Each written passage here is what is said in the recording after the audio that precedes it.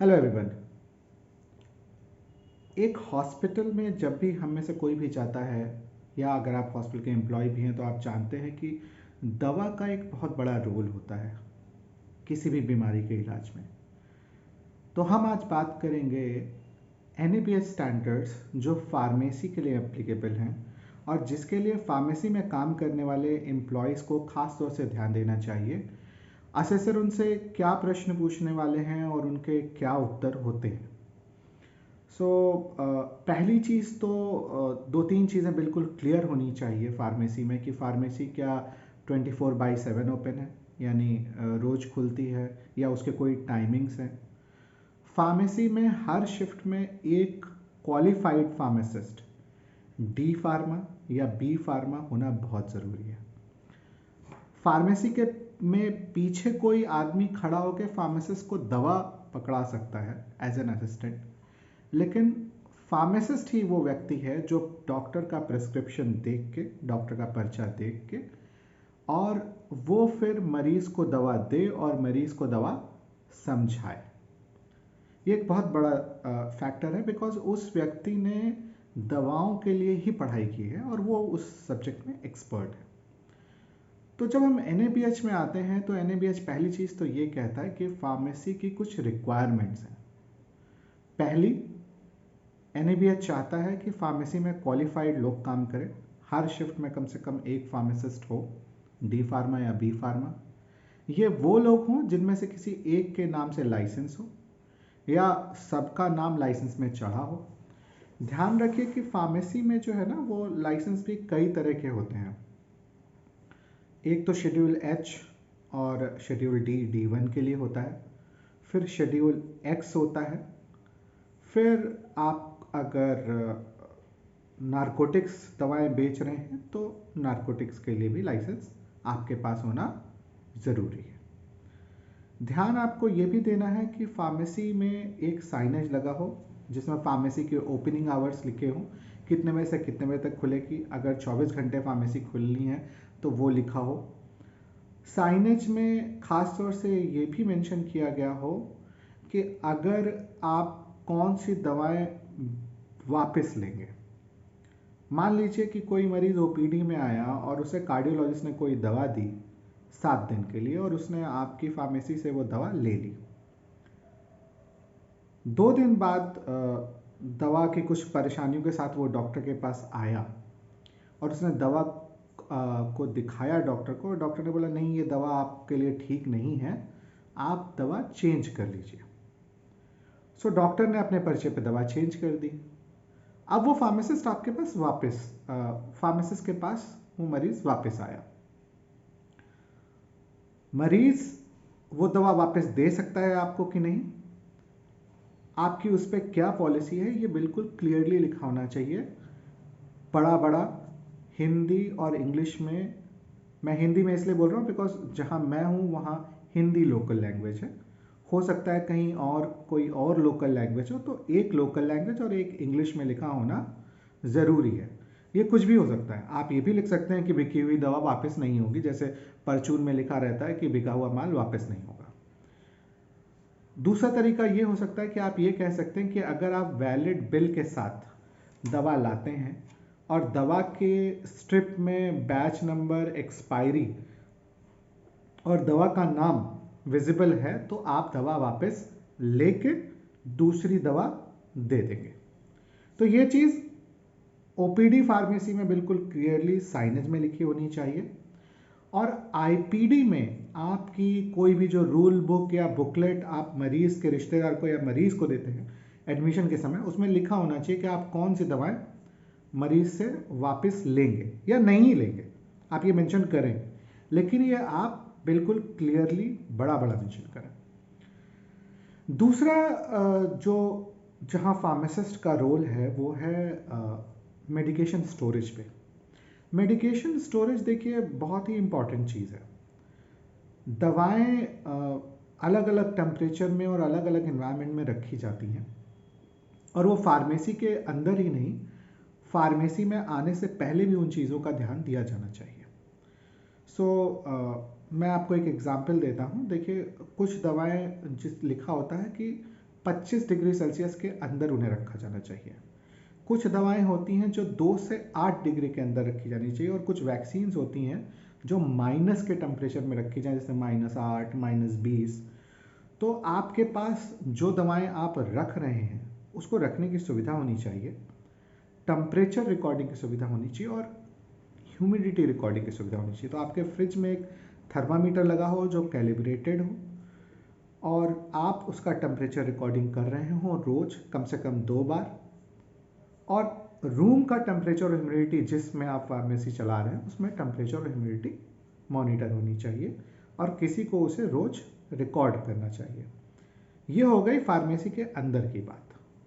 लेकिन जब फार्मेसी में आपके पास दवा कहीं और से आ रही है तो आपको ये भी देखना है कि क्या तब टेम्परेचर रिकॉर्ड हो रहा है, क्योंकि आप शायद पूरी मेहनत करें लेकिन जो दवा लेके आ रहा है आपके यहाँ ही दूसरे हॉस्पिटल के स्टोर से, या फिर आपका वेंडर सप्लायर, वो भला आप तो कह रहे हैं कि -25 डिग्री में दवा स्टोर होनी चाहिए, 25 डिग्री में दवा स्टोर होनी चाहिए, 2 से 8 डिग्री में दवा स्टोर होनी चाहिए, लेकिन वो भरी गर्मी में जब टेम्परेचर बाहर 45 डिग्री हो दोपहर के समय में एक बड़े से ट्रेलर में या छोटे हाथी में दवा लेके चला आ रहा है, सोचिए उस समय उस दवा का टेम्परेचर उस लोहे की बॉडी के अंदर कितना ज़्यादा होगा। तो क्या वो दवा इफेक्टिव है? तो हमें ये भी देखना है कि जब हम दवा रिसीव करें तो हम देखें कि जो टेम्परेचर रिक्वायर्ड है क्या उस टेम्परेचर के अंदर ही दवा हमारे पास लाई गई है, चाहे वो कोल्ड चेन की बात हो चाहे नॉर्मल 25 डिग्री टेम्परेचर से कम की बात हो। हमें ये भी देखना है कि दवा कहीं से टूटी तो नहीं है, नियर एक्सपायरी तो नहीं है, या कोई एक्सपायरी हो गई हो, फिजिकल कंडीशन में ठीक हो। तो ये सारी चीज़ें हमें देखनी है। इसके लिए बेस्ट तरीका ये होता है कि आप अपने यहाँ एक रिकॉर्ड रखें, चाहे रजिस्टर या एक फॉर्म बना लें जिसे हम लोग यूजुअली गुड रिसिट नोट कहते हैं। गुड्स मतलब जो सामान आपके पास आ रहा है, तो गुड रिसिट नोट में आप एक फॉर्म बना लें और उसमें आप टिक करें कि भाई दवा जो मैंने मंगाई थी वही आई है, नियर एक्सपायरी नहीं है, जो उन्होंने क्वांटिटी बोली थी उस क्वांटिटी में आई है, फिजिकल अपीयरेंस सही लग रहा है, जिस टेम्परेचर में मंगाया गया था उस टेम्परेचर में आया। इसका एक आपके पास रिकॉर्ड आ जाता है, जो सप्लाई देने आए उससे आप साइन ले लीजिए, चाहे वो आपके ही किसी दूसरे अस्पताल से आया हो चाहे आपका सप्लायर लेके आया हो। फिर तीसरी चीज आती है कि आपको दवाएं रखनी कौन सी है। उसके लिए हमें चाहिए, मतलब NABH को चाहिए फॉर्मुलरी। फॉर्मुलरी वो लिस्ट ऑफ ड्रग है जिसको हमारा डॉक्टर प्रिस्क्राइब करेगा अस्पताल में। सो कोशिश ये रहती है कि उससे बाहर प्रिस्क्रिप्शन न लिखा जाए, लेकिन कई बार ऐसी मजबूरी होती है जहां डॉक्टर को बाहर की दवाएं भी लिखनी पड़ सकती हैं। तो NABH चाहता है कि आप उसका भी रिकॉर्ड रखें। अब की बार जो NABH के स्टैंडर्ड हैं वो 4 कैटेगरी में बांटे गए हैं: कोर, कमिटमेंट, अचीवमेंट और एक्सीलेंस। तो doctor can write a drug outside formulary is one of the excellence objective element.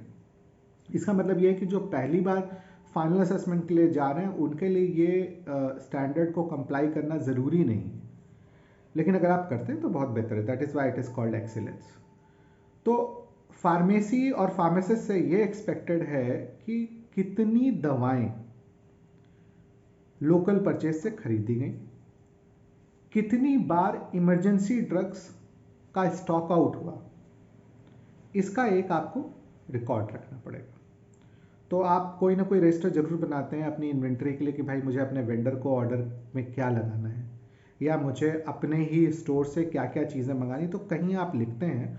उसे अगर एक प्रॉपर रिकॉर्ड आप मेंटेन कर लें कि साहब ये दवा है, ये इतना स्टॉक बचा इसलिए मुझे बचाना है, मतलब मंगाना है, तो वो आपका एक इंडिकेटर कंप्लाई हो जाएगा।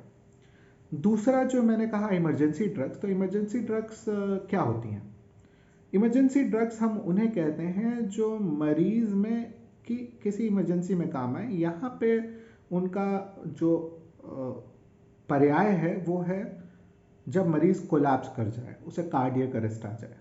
तो वो ड्रग्स यूजुअली क्रैश कार्ट में या इमरजेंसी ट्रे में या किसी बैग में अस्पताल अलग अलग लोकेशन में स्टोर करता है और उसकी रिस्पॉन्सिबिलिटी नर्सेस के पास होती है। लेकिन इस लिस्ट को बनाने के लिए ही सबसे पहले एक डॉक्टर से जो ACLS सर्टिफाइड हो या आपका ICU का इंचार्ज हो, उससे एक लिस्ट बनवानी चाहिए और उससे साइन करवाना चाहिए कि साहब ये दवाएं हैं जो हर फ्लोर पे उपलब्ध होनी चाहिए।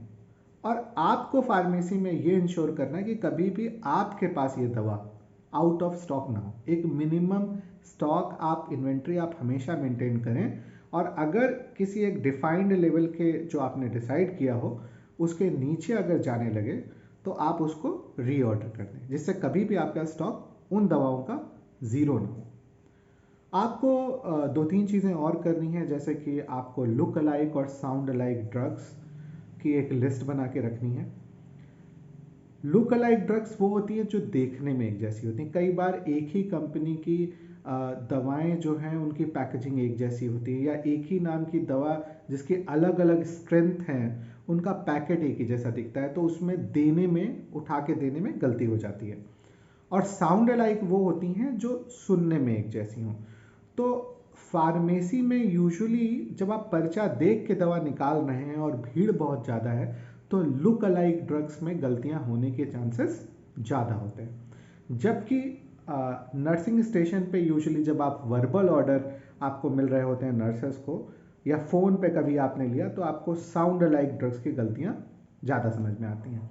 तो कभी भी जब फार्मेसी में एक प्रिस्क्रिप्शन आए और आपको दवा लेनी है तो आपको ये इंश्योर करना है कि एक तो सेम स्ट्रेंथ की दवा एक साथ ना हो, दूसरी चीज़ जब भी दवा दिखने में एक जैसी हो तो वो अलग अलग स्टोर की जाए, उसमें कोई ना कोई लेबल लगा दिया जाए जिससे आप जब जाएं और देखें कि इसमें ये लेबल लगा हुआ है।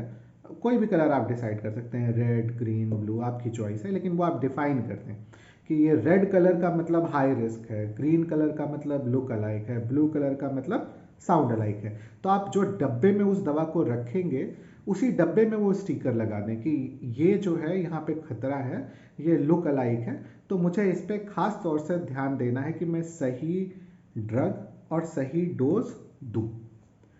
दूसरा फार्मासिस्ट हमारा वो सिपाही होता है जिसको डॉक्टर्स की खराब राइटिंग का कई बार सामना करना पड़ता है OPD वाले पर्चों में खास तौर से। तो वैसे तो सारी कोशिश चल रही है, MCI भी कह रहा है डॉक्टरों से कि लेजिबल लिखें, कैपिटल लेटर में लिखें, लेकिन आपको खास तौर से ये ध्यान देना है कि आपको कुछ दवाओं को अगर आपको राइटिंग समझ में नहीं आ रही है तो आपको दवाएं डिस्पेंस नहीं करनी है। उन दवाओं को हम कहते हैं high risk drug. High risk drug कौन सी हैं? वैसे तो आपके यहाँ पॉलिसी बनी होगी, आपका जो भी क्वालिटी इंचार्ज होगा आप उससे भी जाके मांग सकते हो वो पॉलिसी, अगर आपके डिपार्टमेंट में नहीं है। लेकिन अदरवाइज हाई रिस्क ड्रग वो होती हैं जो जैसे कॉन्सेंट्रेटेड इलेक्ट्रोलाइट्स हैं, कीमोथेरेपी की ड्रग्स हैं, साइकोट्रॉपिक्स हैं, नार्कोटिक्स हैं, और आपकी कुछ एंटीबायोटिक्स हैं, इंसुलिन है, हिपैरिन है। तो ये सारी ड्रग्स वो हैं जो यूजुअली पहली बात तो विदाउट प्रिस्क्रिप्शन ही दी जानी चाहिए, और अगर आपको कभी कन्फ्यूजन हो उसके नाम पे या स्पेलिंग में तो आपको पक्का डॉक्टर से दोबारा पूछ लेना है उस दवा को डिस्पेंस करने से पहले, क्योंकि ऐसी घटनाएं कई बार देखी गई हैं जहाँ पे गलत दवा, हैंड राइटिंग गड़बड़ होने के चक्कर में फार्मासिस्ट ने गलत दवा दे दी और मरीज को नुकसान हुआ। इसके अलावा कई सारी और चीज़ें हमें देखनी होती हैं। उसमें से एक चीज़ ये है कि जब आप NABH के लिए जाते हैं तो एक फार्मेसी एंड थेरेपेटिक कमेटी बनती है जिसकी मीटिंग हर 3 महीने में होती है। इस फार्मेसी एंड थेरेपेटिक कमेटी में ये डिसाइड होता है कि अस्पताल में कौन सी दवाओं का इस्तेमाल होना है, अस्पताल में दवा से रिलेटेड कौन सी दुर्घटनाएं हुई हैं, उन्हें हम एडवर्स ड्रग इवेंट्स कह सकते हैं, नियर मिसेस कहते हैं, मेडिकेशन एरर होते हैं, और एडवर्स ड्रग रिएक्शन। तो मैं 3 चीज़ों को एक ही कैटेगरी में डालूंगा। मेडिकेशन एरर की ही कैटेगरी हो जाएगी नियर मिस और adverse drug event. Medication error कई तरह का हो सकता है, जिसमें से एक फार्मासिस्ट को मिनिमम 3 तरह के एरर्स का सामना करना पड़ सकता है। एक होता है प्रिस्क्रिप्शन एरर, यानी कि डॉक्टर ने कोई प्रिस्क्रिप्शन आपके पास भेजा जहाँ पे राइटिंग सही नहीं थी या डोज सही से प्रिस्क्राइब नहीं थी, तो दैट इज़ प्रिस्क्रिप्शन एरर, जो आपके सामने पहुँचता है। और अगर आप मतलब ऐसी रिक्वायरमेंट है एनएबीएच की कि आप उसको रिपोर्ट करें।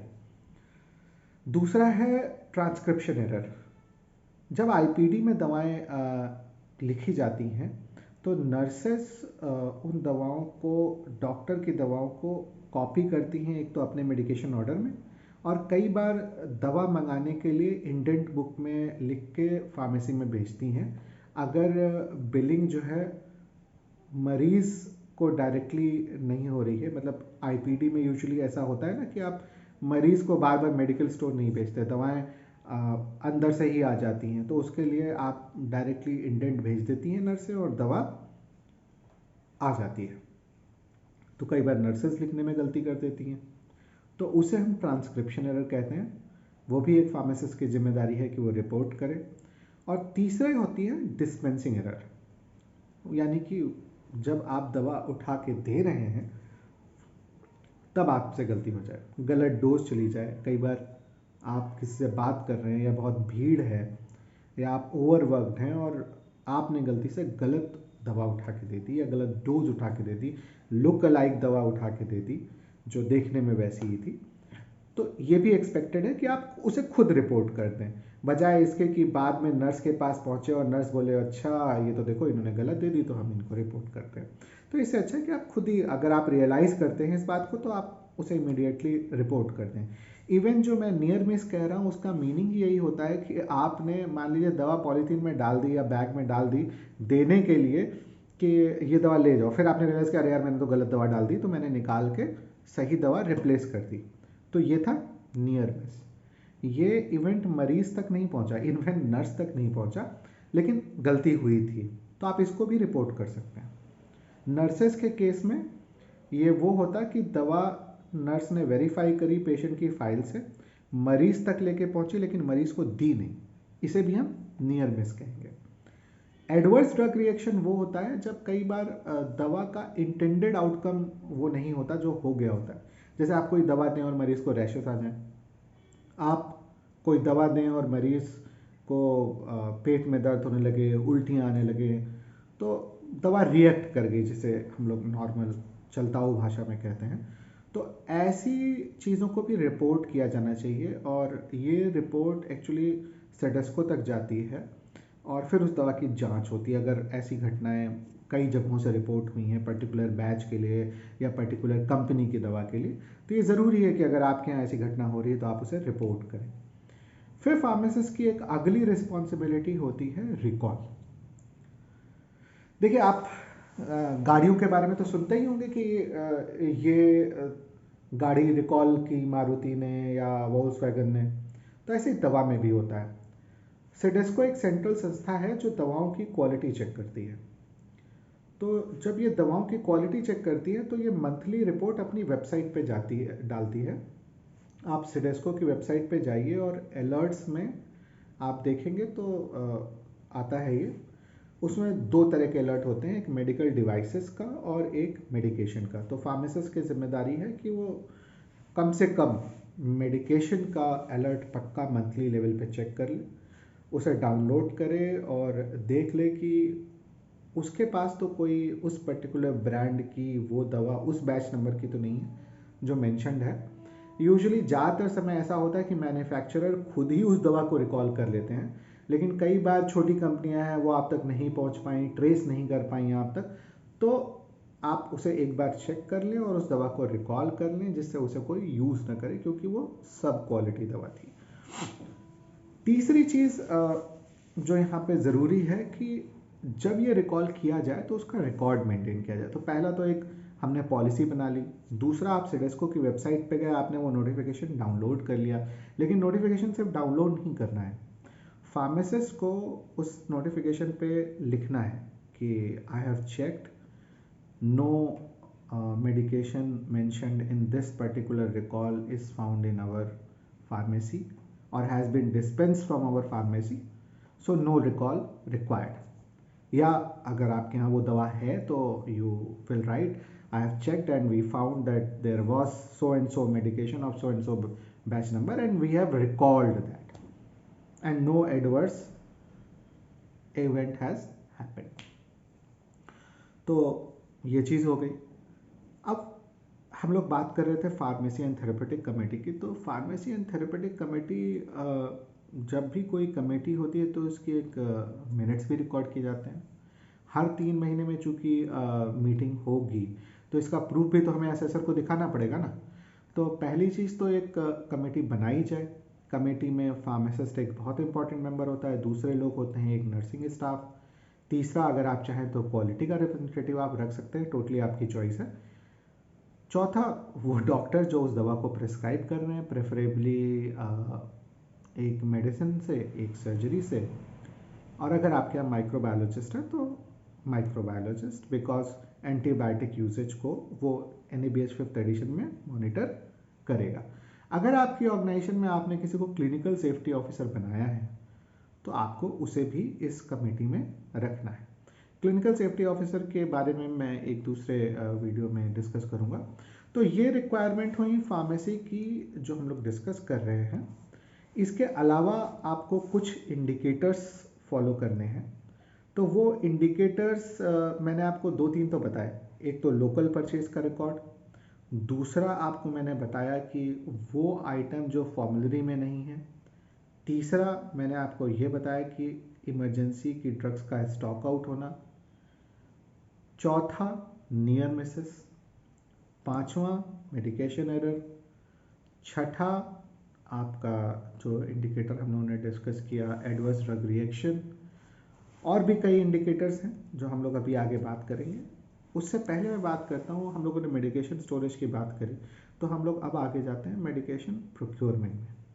इसकी भी बड़ी इंपॉर्टेंस है। मैंने आपको बताया गुड रिसिप्ट नोट बनना है, लेकिन हो सकता है आप डायरेक्टली वो व्यक्ति नहीं है जो प्रोक्योरमेंट में इन्वॉल्व है, यानी कि दवा खरीद बेच में इन्वॉल्व है। कुछ लोकल परचेज आप करते हैं, लेकिन मेनली दवा कहीं सेंट्रलाइज्ड परचेज हो रही है या कोई उच्च अधिकारी परचेज कर रहा है, तो भी आपके पास एक रिटन प्रोसीजर होना चाहिए कि दवा का प्रोक्योरमेंट कैसे होता है। जब असेसर आएगा तो वो आपसे आपका फार्मेसी मैनुअल मांगेगा। फार्मेसी मैनुअल में ये पॉलिसी होना ज़रूरी है। दूसरा असेसर एक क्वेश्चन और पूछेगा कि आप इन्वेंट्री मेथड कौन सा फॉलो करते हैं। अब कई बार लोग स्ट्रेट जवाब नहीं दे पाते, तो इसलिए मैं आपको एक सिंपल आंसर बता रहा हूँ। आपको कहना है कि आप FEFO यानी first expiry first out method और FSN मॉडल यूज करते हैं। FSN is fast moving, slow moving and not moving drugs.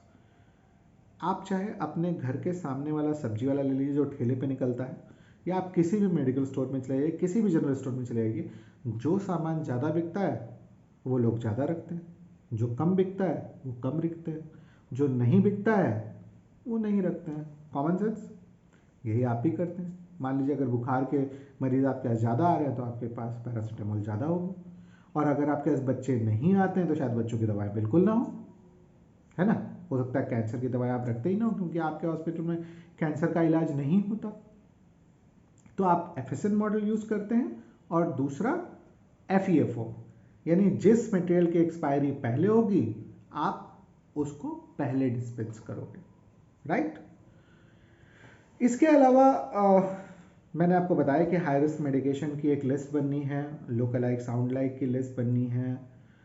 फिर आपको ये देखना है कि आप जो है एक प्रिस्क्रिप्शन की मिनिमम रिक्वायरमेंट को आपके डॉक्टर फुलफिल कर रहे हैं या नहीं। अगर वो फुलफिल नहीं कर रहे हैं तो प्रिस्क्रिप्शन एरर है जो आप रिपोर्ट कर सकते हैं।